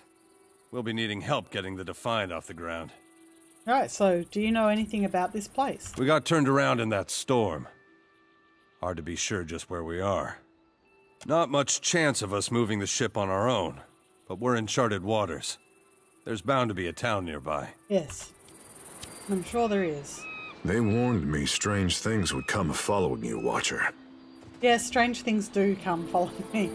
Good news, Captain. I found some supplies must have washed ashore. Even better. I've located some spirits. The mundane kind, I mean. Nothing that requires your talents, Watcher. Sure. Not a one. We've come away from this one limping, Captain. But we live to see the next battle through. Do you know anything about this island? Kithriv here. I ken that much. Means we're a sight better off than we could be. Of course, it's surely pirate territory. They've a number of bolt holes out this way. I'd nae be surprised if that cave up north is one of them. Could be they lie in wait for us even as we speak. A twinkle in his eye belies his foreboding tone. It's just the lot of us now, Captain. You'd best head into town, see about supplies and repairs. I'll keep an eye on the ship. All right. And Theodore said you had to bail him out of trouble. Diverus? Was he crying? You can tell me. Oh, quiet! You were under a damned barrel.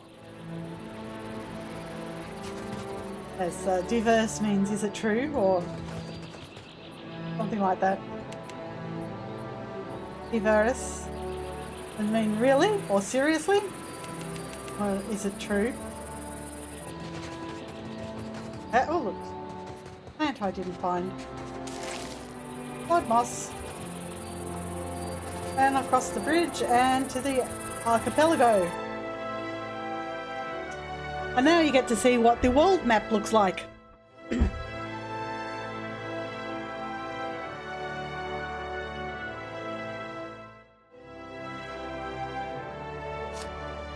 And it's really cute.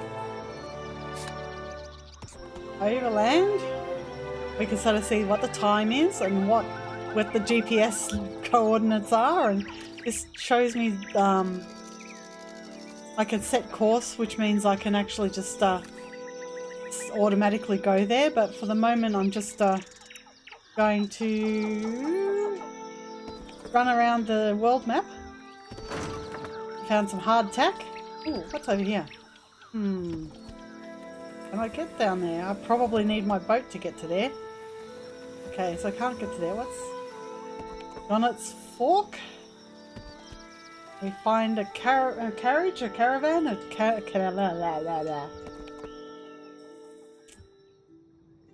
In the distance you see a simple wagon. The angle at which it rests on the road, one side jutting above the other, suggests that it has been damaged or disabled. Even from your vantage you can make out kith milling about it. So I'm going to sneak closer to observe. Complete success. As you near the cart, you make out a group of Redsaran pilgrims in rough-spun linens and cottons. A single draft horse stamps at the ground impatiently as two of the pilgrims argue over the front right wheel, which seems hopelessly stuck in the mud. I am going to approach openly. One of the pilgrims notices you. A step back draws the attention of the others, and a man in well-worn gambeson steps forward.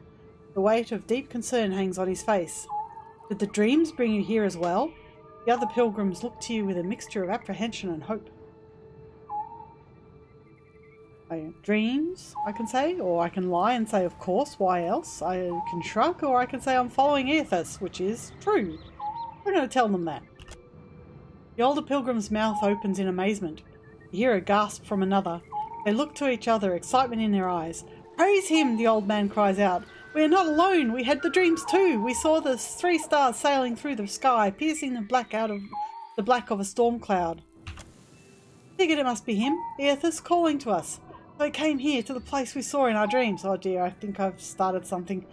Pilgrims look around, matching their sleeping memory to the present. We saw the giant pass with 3 stars on his brow, but he sighs and gestures to the wagon stuck in the mud. Sad to say, we could not follow him. Wheel is stuck as it gets. None of us is strong enough to lift that corner up to get something under it.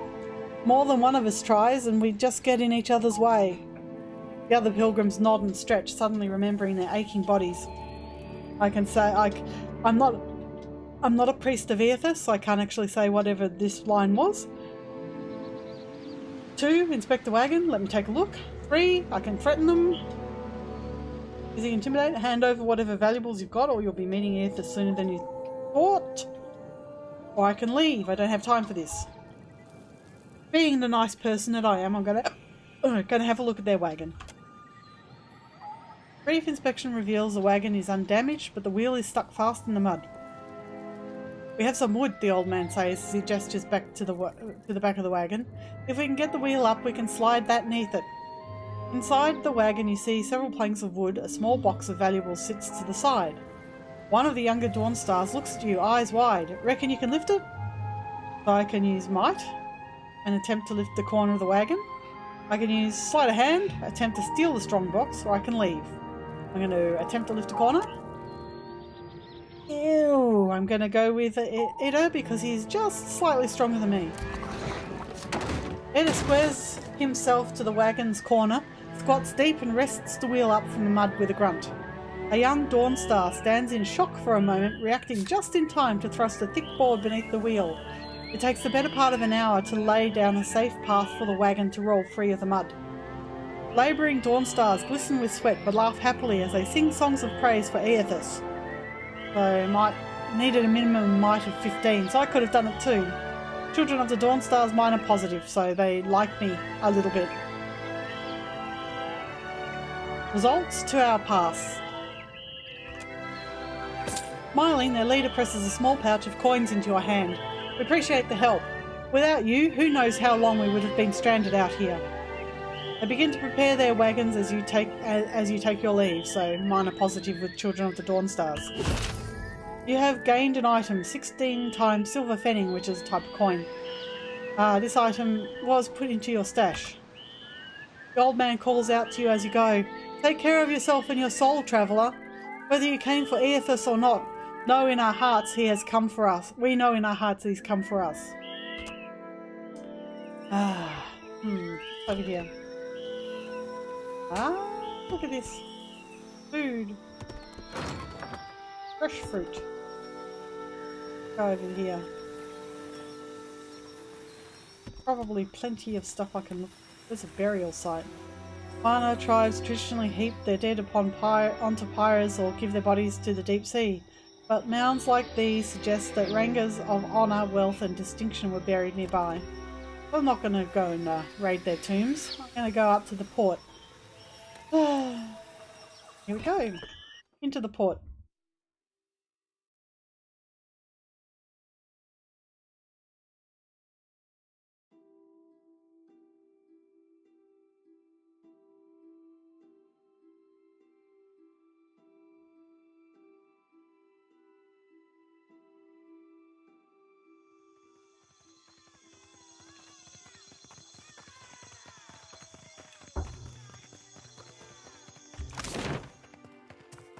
So that is got a name next to it. This is one of the companions you can recruit. That's the Kraken's Eye, which is an inn or a tavern. That is the market. That is the trading post. That's the jail. That's the governor's estate. That's the Rinko house. I think we're going to come across an encounter here. Better see what that crowd's about. Yep. What if the giant comes this way? Please, everyone stay calm.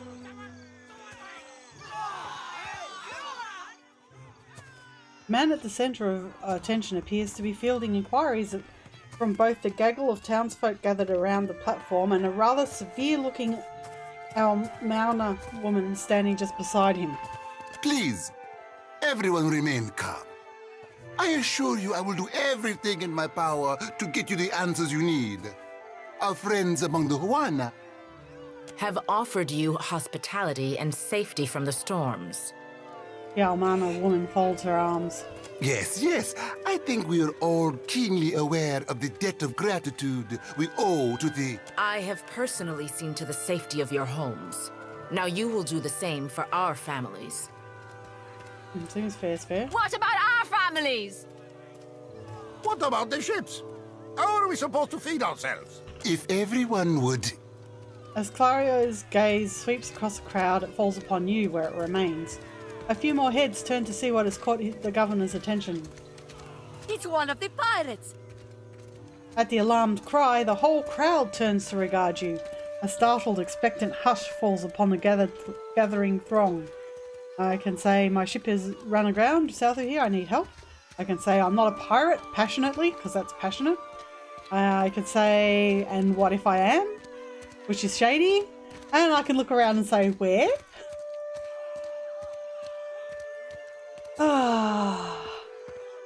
I'm so tempted to look around and say where, but I'm gonna... Oh, no, I have to see what this is. Everyone stay calm. I think it's clear our guest is nothing of the sort. Well. Two of my guards reported a ship flying deer wooden colors, fallen prey to a private vessel. That would be your ship, I assume. The crowd quiets somewhat at that, though you still find yourself the target of a few glares. That would make her lucky. Your own vessels do not usually fare so well. The woman regards you with bland curiosity. Quite. I can say I just need some repairs and I'll be on my way. I can be clever and say if I was all that lucky, I wouldn't have crashed here. I can say, so you'll help, and I can also say nothing. I'm going to be clever. Perhaps not, but I suspect some good can come of this. Per Complanca, everyone, forgive me. I believe this matter requires my attention. You have my word that I will keep you apprised of any changes. I can see it. Offering. Per Complanca means for mercy, or for little mercy, which is taken as come on now. Especially you, Mestre Ikawa. Do not flatter me with Valian titles. You are distracted with your newcomer and wish me gone. but I will not go far, Governor Clario. Grande. As for you, stranger, let us speak at my estate. We'll discuss your predicament.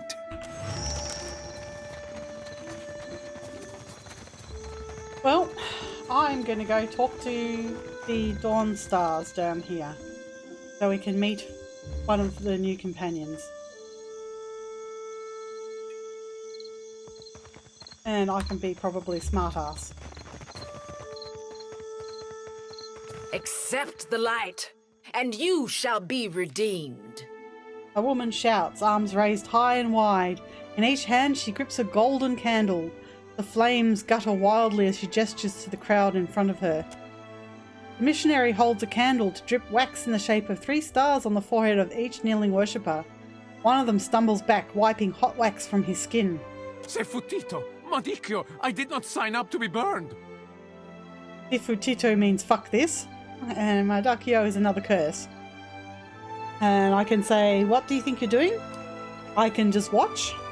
And I can say, excuse me, I'm looking for the governor. So I'm going to say, what do you think you're doing? Idling, that's what. Making ourselves feel all requited. Arms crossed over her chest, a shorter, darker-skinned woman watches the ritual with an ornery sort of expression, the delicate chin jutting up. We just missed one of the biggest reap-ins of all time. What about the souls that need us? As she steps forward, she reaches for a peculiar-looking lantern strapped to her hip. Do not push me on this, you wayward child. You'd leave the living forlorn to service the dead? Rather than discouraging the other Dawn Star, the accusation seems to kindle a stubbornness inside her. Shoulders set, she grins. Here, I'll light 'em all at once. Metal clanking, she sways an eerily lit lantern in an intricate pattern before her. The priestess bites her lip, swinging harder and faster, lithe arms hurtling the weapon with a deceptively hidden strength, until she thrusts it hard outward toward the crowd, splattering everyone with wax. And I can say, that's one way to do it. Or I can say, what souls are you on about? Or I can just wipe a glob of wax from my shoulder. I'm going to say that's one way of doing it. Hell yeah, it is. I call that the... Grinning, she turns to get a good look at you and promptly chokes. Are you by any chance looking to help the people I saw die in my dreams? She ducks her head, cheeks flushing prettily. I'm guessing you're not here for the baptism. I can say I'm looking for an Ardra statue, yay high, inhabited by Aethys. I could say, do you know where I can find the governor? I could say, you dreamed of dead people. Oh, you dreamed people died. I can say, what happened here? And I can say, cleverly, what if I was? I'm going to say, you dreamed people died? Sure did. I get those kind of dreams sometimes. The ones that turn out true. Nightmares, more like. Terrors that come true. Rub the palm over the back of her neck. Had him since I was a little girl on the farm. Guess Gon was speaking to me even then. Now, Gon is an aspect of Aethys, and he's associated with death and harvests. Kind of, because Aethys is a god of rebirth, there's sort of an aspect of the cycle of life, so there's life and death. So they're part of the whole.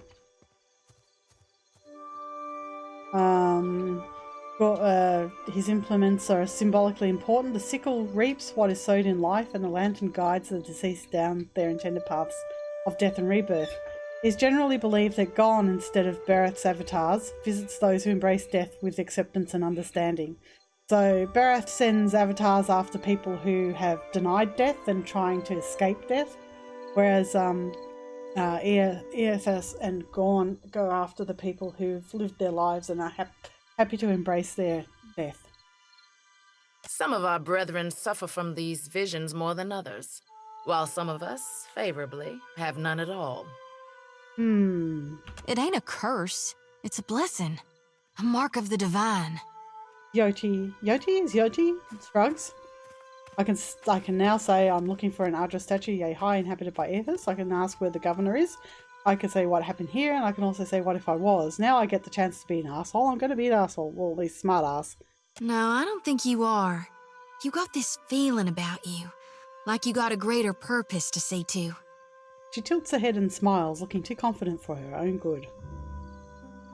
I'm looking for an Ardra statue, yay high, inhabited by Aethys. I knew it! She clenches her grip on the sickle in her right hand. Gon's been calling me here. Left the breadcrumbs in my dreams. I need to get inland. If you're going, I could help you. Swear on my soul. I can say, why do you want to go inland? I can ask who Gon is. I can say, who are you? And I can say nothing. So I'm going to say, why do you want to go inland? There are souls needing their last rites. I ought to shine them the light, else they might get lost. Enough nonsense, Jyoti. No one knows if anyone's even died. You've no business going in there, risking your own safety, risking our mission. Hey? Wenglith, you guide the living and I guide the dead. Gon bids it and I dreamed it. Leave it be. We all serve our purposes. So what's yours? I can say I'm a watcher, and I can say, what do you think? I'm going to say I'm a watcher because it's just still funny to see a reaction. So you can see souls? That's a handy talent to have. I know my harvesting would benefit from it. And here you are, following my god. Well, not quite like that. Watcher, will you take me with you? Okay, so I can say a fine proposition. I'd enjoy the company of a priestess, which is passionate response. And it gives me minor positive with the children of the Dawn Stars. I can say, why not? Perhaps you'll prove useful in dealing with Aethys, which is a rational choice. You can tag along, and so long as you don't get in my way. I can say I'll let you join me. How would that benefit me and mine? I can say, no, I won't take you. But I'm going to say a fine proposition because, yeah. I know an offer rare as hen's teeth when I hear it. Yeah, I'm taking it. He beams brightly. You won't regret this. No. He steals a shy glance at Ida. Oh. Hey. Ida half nods without looking in Zyoti's direction. He seems suddenly focused on something in the distance. A tad too eagerly, she saunters close beside you. At least take care, child. Come back to us in one piece. If not for my sake, then Samhain's. The older priestess sighs, shaking her head. So don't tell her. What the High Priestess doesn't know won't hurt her. Grinning, Zyoti waves at her brethren, a curt parting, and then dialogue. Now I can choose what her class is. I'm going to make her a priest because that will be useful. Okay, so anyone like there's a Dawn Star, there's another Dawn Star, there's a sailor, there's a Karu craftswoman, another sailor, and a commoner. And just looking at the time, it's pretty much where I'm going to leave it. So I'm going to save the game. Just picked up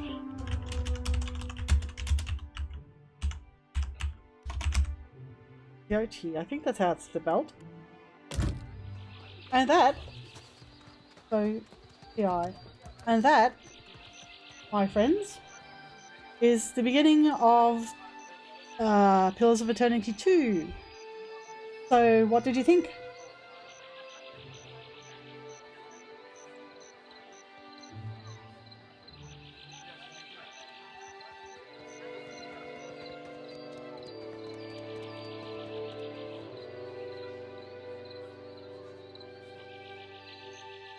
So I'm planning to do more of these, basically following the same character. So I won't play this character except when I'm streaming. So I'll probably be doing another stream of this next week. I'm glad you enjoyed it. This is an interesting world and it's an interesting series. And it's definitely popular with the fans because that's how they funded it.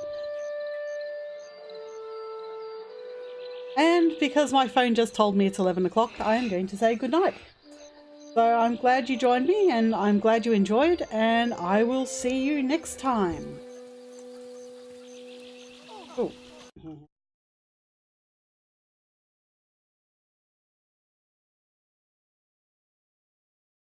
Stop streaming. Good night.